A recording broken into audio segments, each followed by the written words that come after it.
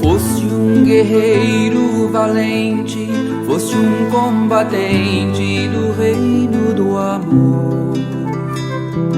Foste um servo fiel, foste além dos deveres para com teu Senhor.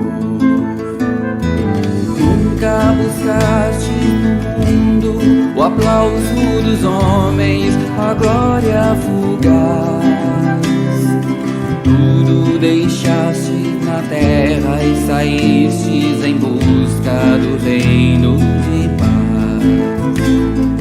Viste a luz do deserto, ouviste o chamado do Cristo Jesus. Nunca provaste o medo, nunca tua alma domou. Resistindo e sofrendo, cumpriste a missão que o Senhor te levou. E hoje tu és a lição para todo aquele que quer ser cristão. E no reino de Jesus, tua vida é estrela, roteiro de luz. É necessário viver, combater bom combate que vai nos salvar. É necessário calar nossa voz para que o Cristo possa falar.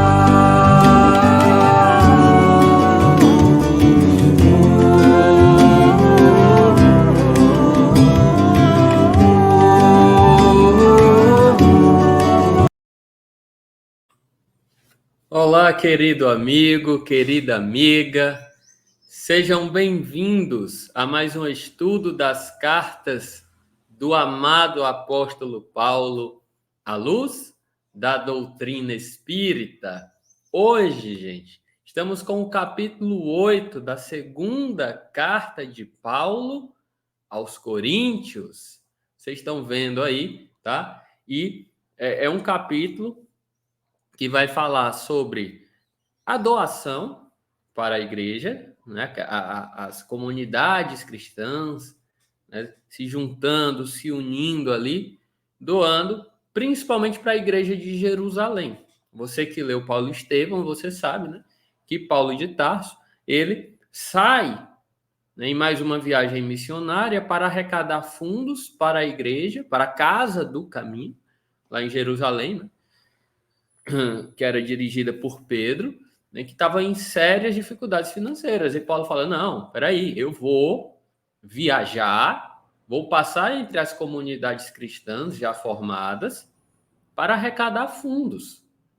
É um tema, inclusive, polêmico hoje em dia, dentro do cristianismo, né, porque muita gente usa a questão dos fundos e do próprio dízimo, que vem desde lá do Velho Testamento, né, para outros fins, mas existe também a necessidade da gente arrecadar fundos para a manutenção da obra, né? E aí tem essa linha muito tênue, tá? E é necessário que a gente converse sobre isso, né?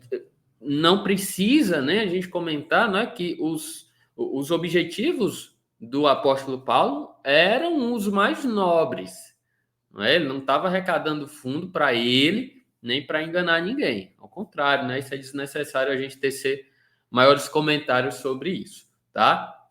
Então vamos lá, eu vou apresentar aqui, tá, Eduardo?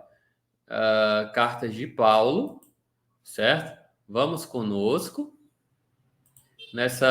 nesse estudo que engrandece muito a nossa vivência cristã mesmo, tá? A nossa vivência cristã. Vocês estão vendo aí, né? Vamos lá, gente. Motivos para a generosidade por parte dos coríntios. Gente, esse capítulo aqui, ele tem 2 subtemas apenas, né? A generosidade por parte dos coríntios, né? Da oferta, e a apresentação de Paulo, né, sobre seus enviados, né? Silas e outros, tá bom? É um capítulo curto e que só tem uma mensagem do Emmanuel já referente a esse versículo primeiro aqui. Você passa daí, né, Eduardo? Tá bom, obrigado, viu? Então vamos lá, olha só. Versículo primeiro, Paulo já começa dizendo o seguinte: assim, irmãos, vos fazemos conhecer a graça de Deus que foi dada nas igrejas da Macedônia. Paulo, está escrevendo lá da Macedônia. A primeira carta aos Coríntios, ele escreveu de Éfeso. Essa segunda, você já sabe, já comentamos isso aqui no estudo, foi lá da Macedônia, tá? Então ele vai falar sobre isso, né?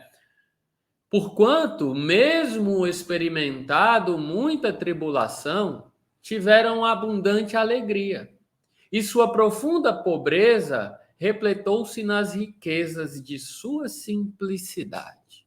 Porque dou-lhes testemunho que, segundo suas posses, e mesmo além de suas posses, têm sido voluntários. Gente, olha, presta atenção nesse versículo segundo. Paulo diz assim, olha, eles são muito pobres, mas na sua pobreza repletou-se as riquezas de sua simplicidade. Então, pobre o quê? Segundo a matéria. Só que a simplicidade é uma riqueza. Então, Paulo faz esse jogo de palavras aí para dizer, olha, aqui na carne, né, nem tudo é como a gente vê.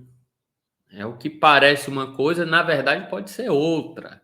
É por isso que é importante nós observarmos tudo, ou tentarmos, pelo menos, né, com os olhos do espírito imortal. Porque, em verdade, nós estamos no plano dos efeitos, né? A matéria densa, o corpo físico, o plano material denso é o plano dos efeitos. O plano das causas está na vida espiritual. Então, a gente observa os efeitos, mas, por vezes, a gente não penetra nas causas. Então, nós podemos estar observando algo aqui que não é bem isso. Então, Paulo fala, olha, a simplicidade deles, a pobreza material deles, na verdade, é uma riqueza. Né? Vamos lá. Mensagem do Emmanuel sobre o versículo 1. Assim, irmãos, vos fazemos conhecer a graça de Deus. Está lá no livro Palavras de Vida Eterna, capítulo 180. A mensagem, Deus te abençoa. Deus te abençoa. Então, essa mensagem ela vai falar sobre esse versículo primeiro, mas também sobre o segundo. Não é isso que a gente acabou de comentar. Nós estamos no plano dos efeitos e não das causas, e aí a gente, por vezes, troca as bolas, né? E o Emmanuel vai comentar sobre isso. Ele vai dizer: acreditas-te frágil, mas Deus te suprirá de energias. Reconheces a própria limitação, mas Deus te conferirá crescimento. Afirmas-te sem ânimo, mas Deus te propicia coragem. Declaras-te pobre, mas dispões das riquezas infinitas de Deus. Entendemos, porém, que o processo de assimilar os recursos divinos será sempre o serviço prestado aos outros. Não alegues assim fraqueza, inaptidão, desalento ou penúria para desistir do lugar que te cabe no edifício do bem. Gente, olha isso. Às vezes a gente se reconhece frágil, sem ânimos, né? Sem ânimo, sem coragem. No entanto, através do serviço ao próximo, nós vamos nos recobrindo aí daquilo que nos falta. Por vezes, a nossa análise diante de nós mesmos está correta. Às vezes eu estou sem ânimo, fragilizado, né? Só que Deus vai suprir essas minhas necessidades. Claro, eu não posso ficar parado, porque a vida pede movimento. Então, poxa, eu estou sem ânimo para ir trabalhar hoje, para ir para a casa espírita. Mas eu devo fazer o esforço. Porque ao chegar lá, geralmente é verificado o quê? Um ânimo renovado, uma assistência da espiritualidade em nome de Jesus e de Deus. Você fala, poxa, realmente era para eu ter vindo. Que bom que eu vim. Que bom que eu não fiquei em casa na cama. Não é? Então Deus vai suprindo aquilo que nos falta, mas ele pede algo de nós, que é, no mínimo, a boa vontade, né? O movimento, apesar das nossas forças escassas, a gente entregar o melhor que a gente tem. Como eu gosto de dizer, o nosso papel não é multiplicar os pães e os peixes, fazendo uma alusão à multiplicação dos pães e dos peixes por Jesus. Nosso papel é trazer os poucos pães e os poucos peixes que a gente tem. A multiplicação é por conta dele. É isso? E aí, a segunda parte da mensagem, o Emmanuel continua. Pela hora de otimismo com que amparas o trabalho dos companheiros, Deus te abençoa. Pelo gesto silencioso com que escoras o equilíbrio geral, Deus te abençoa. Pela frase caridosa e esclarecedora com que asseguras o entendimento fraterno, Deus te abençoa. Pela atitude de tolerância e de serenidade à frente da incompreensão, Deus te abençoa. Convivemos, sem dúvida, com almas heróicas, habilitadas aos mais altos testemunhos de fé em Deus, através do sacrifício pela felicidade dos semelhantes. Mas Deus, que abençoa o rio capaz de garantir as searas do campo, abençoa também a gota de orvalho que ameniza a sede da rosa. O que ele está dizendo aqui? Tudo o que você pode oferecer em benefício do próximo é válido, porque Deus vai abençoar. Tudo o que você faz no bem é válido. Nada fica sem retorno. Deus vê a tudo, sabe? Aí ele diz, olha, sem dúvida nós convivemos, nós temos exemplos de grandes vultos do Evangelho. Paulo de Tarso, por exemplo, um grande vulto do Evangelho. Sem dúvida, Deus o abençoou em sua missão e continua abençoando. Só que Deus, assim como abençoa o grande rio, né, que lava e que nutre as planícies, em seu trajeto, Deus abençoa esse grande rio, Deus abençoa também o simples orvalho que nutre a simples flor. Então, assim como Deus abençoou, por exemplo, um Paulo de Tarso, Deus abençoa o seu trabalho dentro do seu lar também, dentro da casa espírita que você trabalha, que você frequenta. Então, Deus abençoa o grande e as grandes missões, e Deus abençoa também os pequenos gestos. Porque é do átomo ao anjo, sabe? Nada escapa aos olhos de Deus. Então, o mínimo gesto que você faz em benefício do bem, da verdade, do amor e do próximo, o menor gesto, Deus abençoa. E Deus te abençoa através dele. Olha que lindo, não é? E tem a terceira parte aí da mensagem que o Emmanuel vai terminar dizendo. O homem, às vezes, passa enojado à frente do charco, sem perceber que Deus alentou no charco os lírios que lhe encantam a mesa.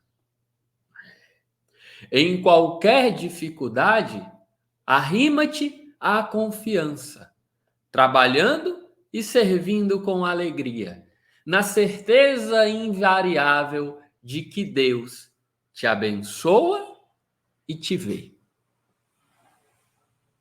Tudo é belo e tudo é santo na casa do Pai. A casa do Pai é o quê? A criação, é o universo.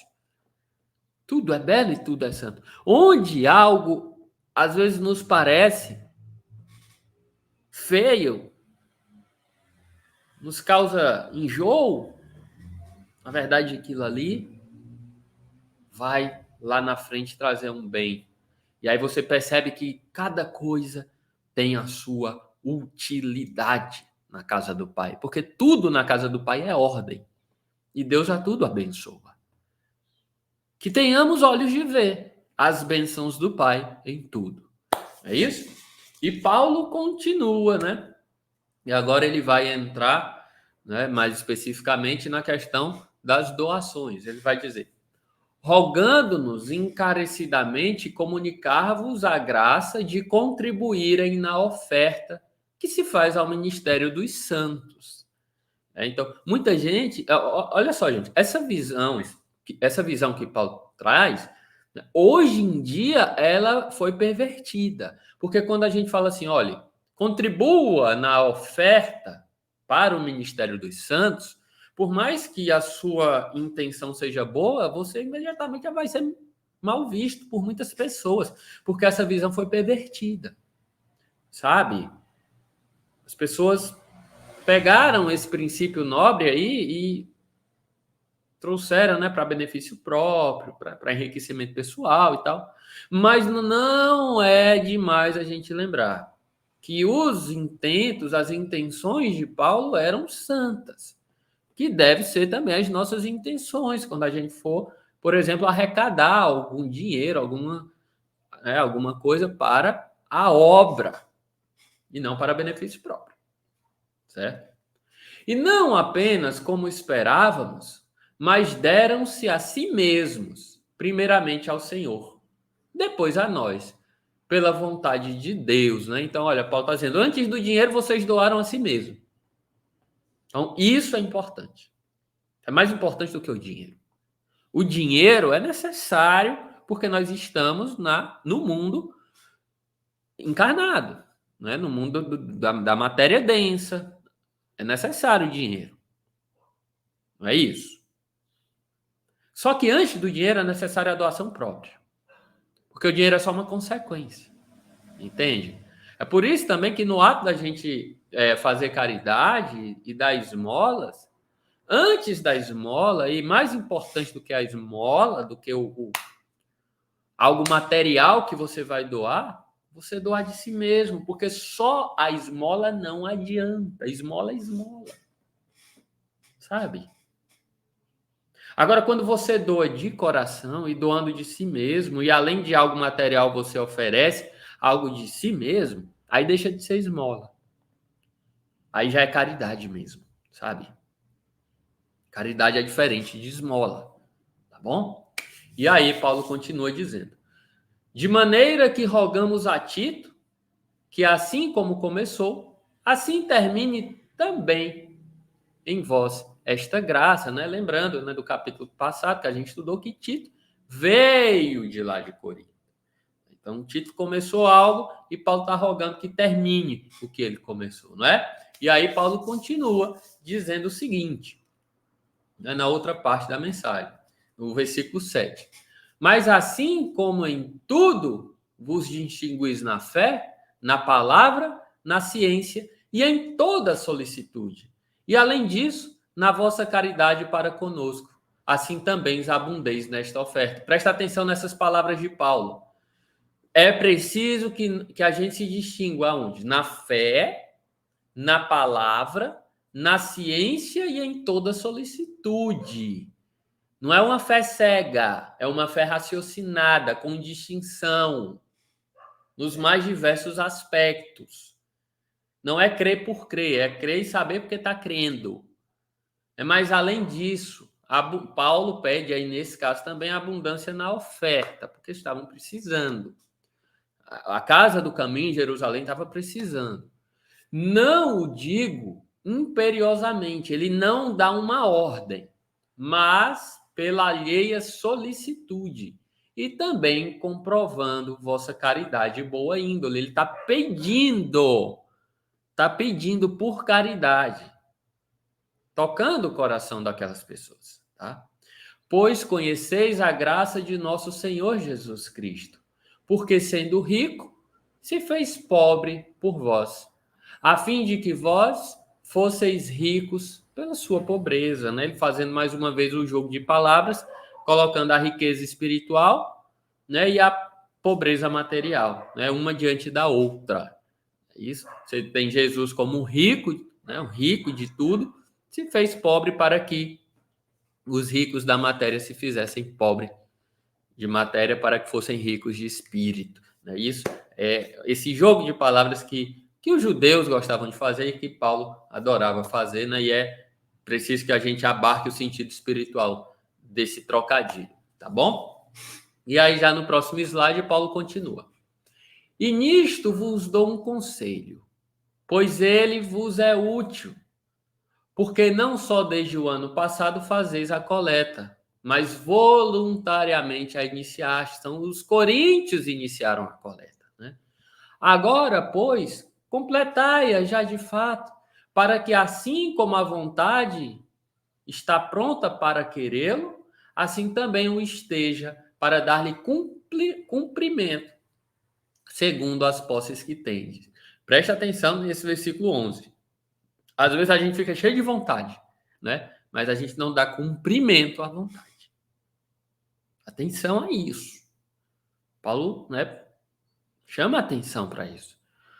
Além da vontade, é necessário a gente dar cumprimento à vontade, porque algumas ideias nossas ficam no plano das ideias. Às vezes a gente está com disposição de trabalhar, não é? Porém, quando aquele ímpeto inicial passa, quando a empolgação passa, o trabalho fica no plano das ideias. Então, além da vontade, é necessário que a gente dê cumprimento, não é?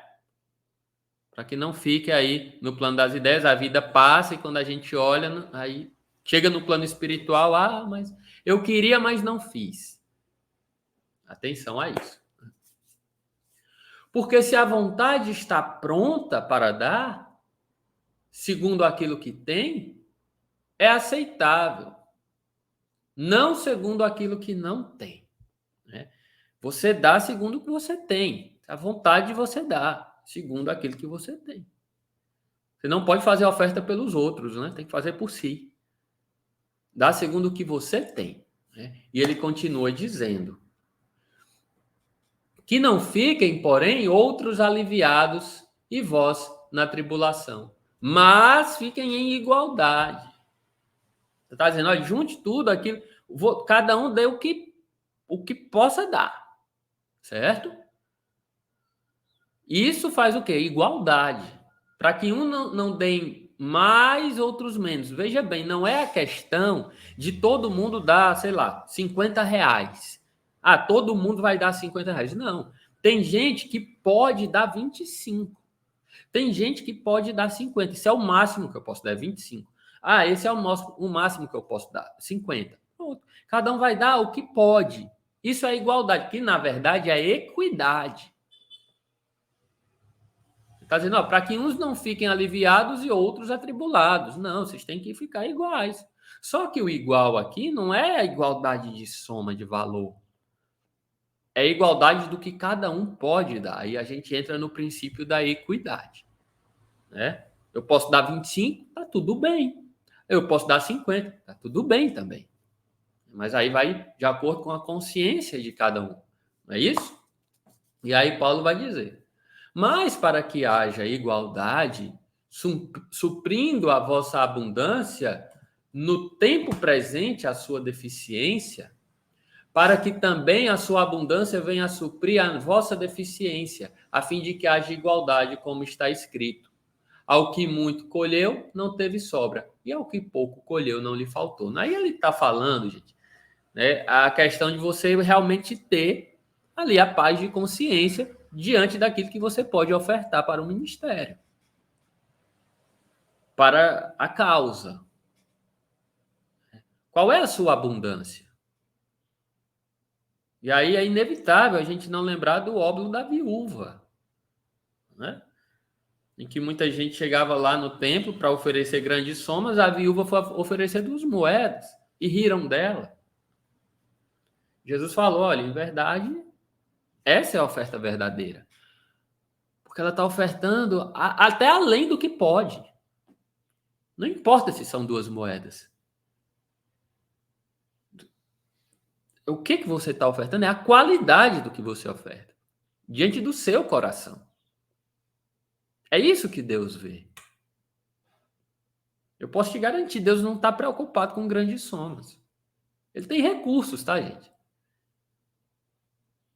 Deus tem recursos infinitos, diferente de nós. Ele está preocupado com o que você está trazendo no coração, naquilo que você está ofertando. O que a gente acha que realmente é importante? É você ofertar $1 milhão para ser visto? Ou você ofertar R$50 de coração? O que vai contar para Deus? Atenção a isso. Né? E aí, lá no versículo 15, ele, né, faz um alerta. Ao que muito colheu não teve sobra, e ao que pouco colheu não lhe faltou. Ele relembra aquilo que já estava lá nas Escrituras, né, para dizer: olha, você que pode dar um pouco mais, dê. Isso aí não vai lhe faltar, não. Não se apegue tanto. Né? É isso. E lá no versículo 16, Paulo vai dizer: mas a graça de Deus, que pôs no coração de Tito a mesma solicitude por vós. Porque com efeito aceitou a nossa exortação.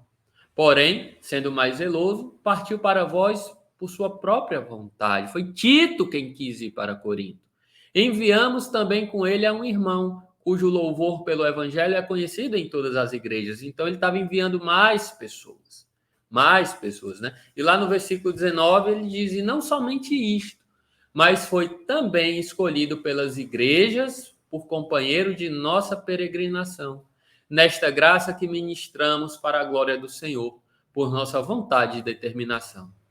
Evitando isto, que ninguém nos censure por nós administrarmos esta grande soma, porque procuramos fazer o bem não só diante de Deus, mas também diante dos homens. Então, essa preocupação que Paulo traz, dizer, olha, as somas vão vir, mas elas não vão vir apenas para mim, né?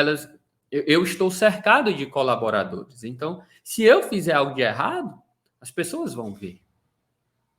As pessoas vão ver.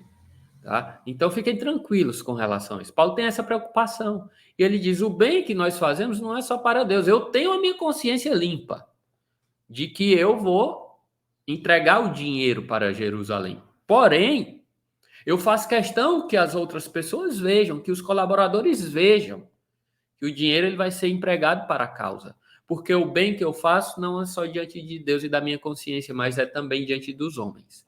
Tá?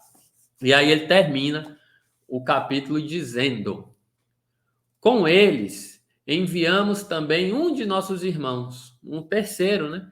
Cuja solicitude comprovamos já várias vezes. Agora, porém, mais solícito, com muita confiança em vós. Ele está passando a ficha dos companheiros, né? Quanto a Tito, que é meu companheiro e coadjutor para convosco, colaborador, ou quanto aos nossos irmãos, são apóstolos das igrejas para a glória do Cristo. Dai, portanto, para com eles, perante as igrejas, mostras de vossa caridade e de nossa glória por vós. Então, ele passa a ficha dos colaboradores. Está dizendo, olha, são pessoas confiáveis. Tá? Não são desconhecidos. São pessoas que são confiáveis. Podem oferecer a soma, podem dar a soma, e eles trazem até mim, e todas essas pessoas vão ver que nós vamos encaminhar essa soma para a igreja de Jerusalém. Porque os irmãos estão necessitados. Esse é o intuito principal. É para a casa do caminho. Então é algo que nós, inclusive no Centro Espírita, algumas vezes temos receio, né? De fazer, né? De arrecadar, de falar em público. Né? Que nós estamos precisando de colaboração. Tá, se a gente não falar, como é que vai ser? A gente vai esperar cair do céu? É preciso que a gente busque. E não tem problema com isso. Desde que seja feito com equilíbrio, tá? Com bom senso. E que aquilo ali realmente seja destinado para a obra. Tá tudo certo. Tal pessoa vai pensar errado. Tudo bem. Tudo bem. Mas nós vamos deixar de fazer, vai deixar fechar, porque a gente não pode tocar no assunto colaboração? Atenção a isso. Atenção. E aí, fechamos o estudo de hoje, tá? Relembrando lá a frase do capítulo 21, do versículo 21, capítulo 8.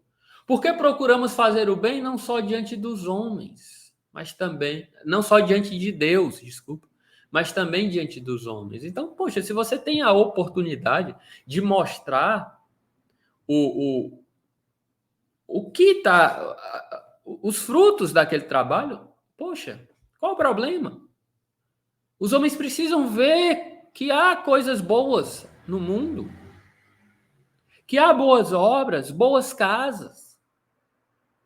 Não é mostrar para se promover. Aí vai o que tem no coração de cada um, né? Não é para se promover, mas que o trabalho existe. Independente da opinião dos que estão julgando, às vezes até com uma certa sombra, mas independente disso e além disso, quais são as nossas intenções nos trabalhos que realizamos? É isso que vai contar mais. Por isso que Jesus falou: faça brilhar a vossa luz. Não se coloca uma luz ou uma candeia sobre o alqueire, mas no velador, para que todos vejam. Ah, ele está querendo se promover. Gente, e daí a opinião, às vezes, leviana? Você sabe que não é autopromoção. Você sabe que é divulgação da obra. Você sabe. Então não se coloca uma candeia sobre o alqueire, mas sobre o velador. Para que todos na casa vejam. Porque às vezes a gente se esconde com medo da opinião alheia. Não é isso que Paulo ensina, não foi isso que Jesus ensinou. Claro, fazer tudo com humildade, mas não deixar de fazer. Não é, meus irmãos? É isso. Foi um capítulo, né, curto, uma mensagem só do Emmanuel, mas que traz lições imorredoras para todos nós, como todos os capítulos, né?